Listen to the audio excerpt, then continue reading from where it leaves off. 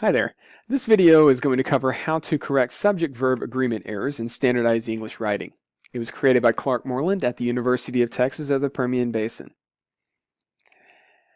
The subject of a clause must agree or correspond to the verb in person and in number. Person, of course, referring to first, second, or third person, and number, whether it's singular or plural.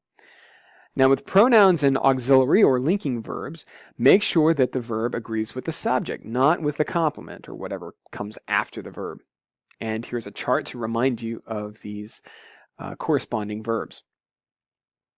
For example, I am a fan of the classic Western film Red River, but you are and she is. In this example, the film's director, Howard Hawks, is one person, so therefore the verb should be singular. But occasionally what happens in your mind as you're writing is you see Hawks. It ends with an S right before the verb, and so you think, well, the subject is plural, therefore the verb must also be plural. Watch out for that. But most of the time where this gets tricky is with modifying phrases which interrupt the main subject and verb in a clause.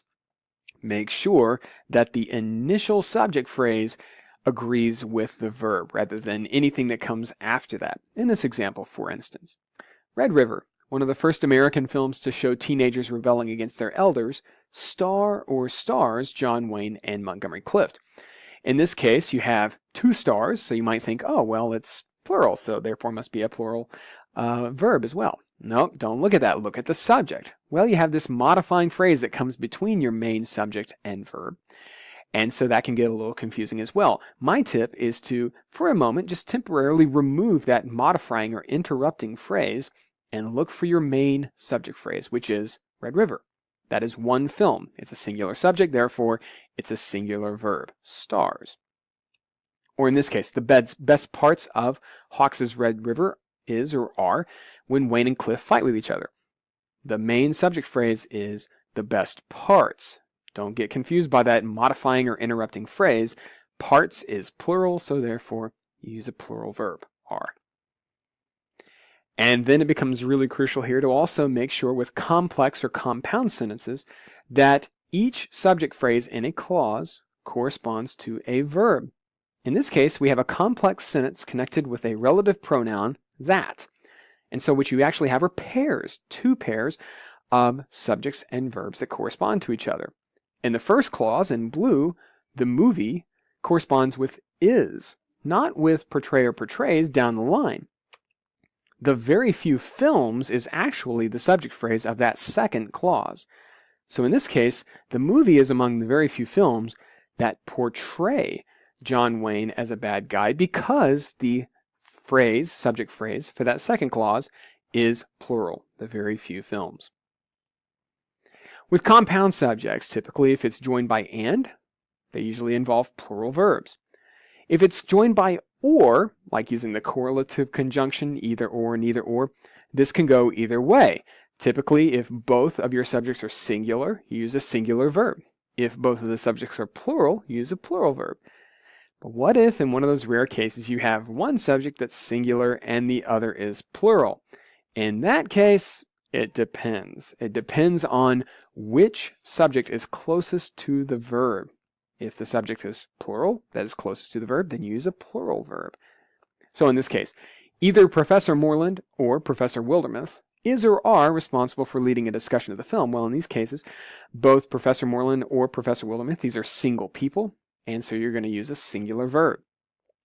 But in this tricky case, either Professor Moreland or his teaching assistants is or are responsible. Well, here you have one subject that's singular, the other is plural, and so you're going to look at the phrase, subject phrase, that is closest to the verb. Here, teaching assistants is closest. That's plural, so you're going to use a plural verb. A little bit tricky. Watch out for that.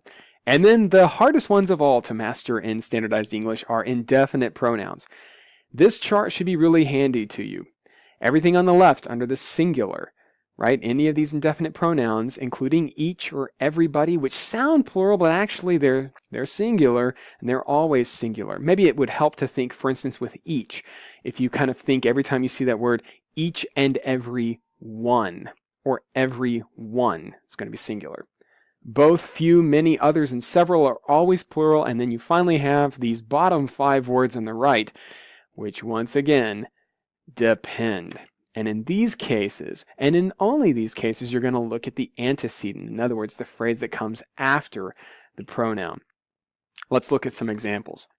Everybody has or have a different opinion. Well, in this case, it's has because everybody is a singular indefinite pronoun. Or in this case, each of Howard Hawks' movies about the Rio Grande has or have each and every one of them. Even though there's many movies, you have each in front of them that makes it singular. Each is always a singular indefinite pronoun. Whereas many is always a plural. Many of John Wayne's movies have Native Americans.